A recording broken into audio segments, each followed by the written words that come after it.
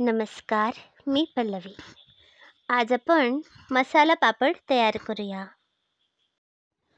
5 उडीद पापड आणि 5 फणसाचे पापड मी तळून घेतले आहेत. हे पापड तुम्ही भाजून सुद्धा घेऊ शकता. मसाला पापड तयार करण्याचे साहित्य: एका वाटीत चाट मसाला घेतला आहे, बारीक शेव आणि तिखट घेतले आहे. 4 कांदे बारीक चिरून घेतले आहेत. 2 टोमॅटो चिरून त्याचा रस बाजूला काढला आहे आणि हे टोमॅटो चिरून घेतले आहेत. टोमॅटो रसामुळे पापड मऊ होऊ शकतात. यामुळे टोमॅटोचा रस आणि गर बाजूला काढून घट्ट टोमॅटो चिरून घेतले आहेत. 1 वाटीभर उकडलेले शेंगदाणे घेतले आहेत. शेंगदाणे ऑप्शनल आहेत.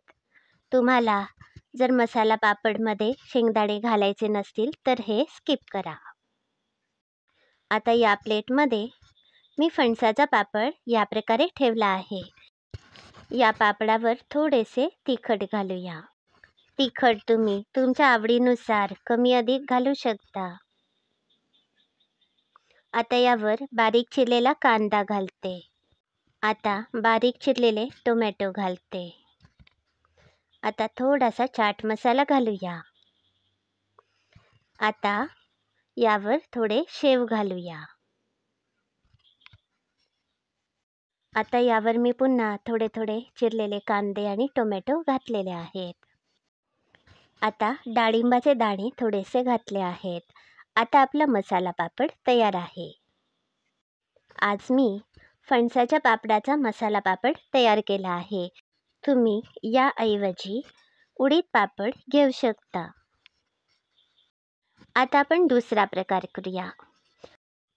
आता या भांड्यामध्ये 4 फणसाचे पापड आणि 4 उडीद पापडाचे याप्रमाणे तुकडे करूया.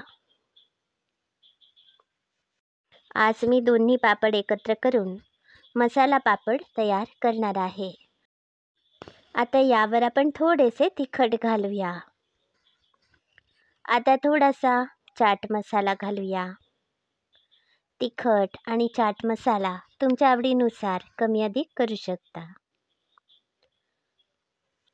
आता यावर बारीक शेव, चिरलेला बारीक कांदा आणि चिरलेले टोमॅटो घालायचे आहेत.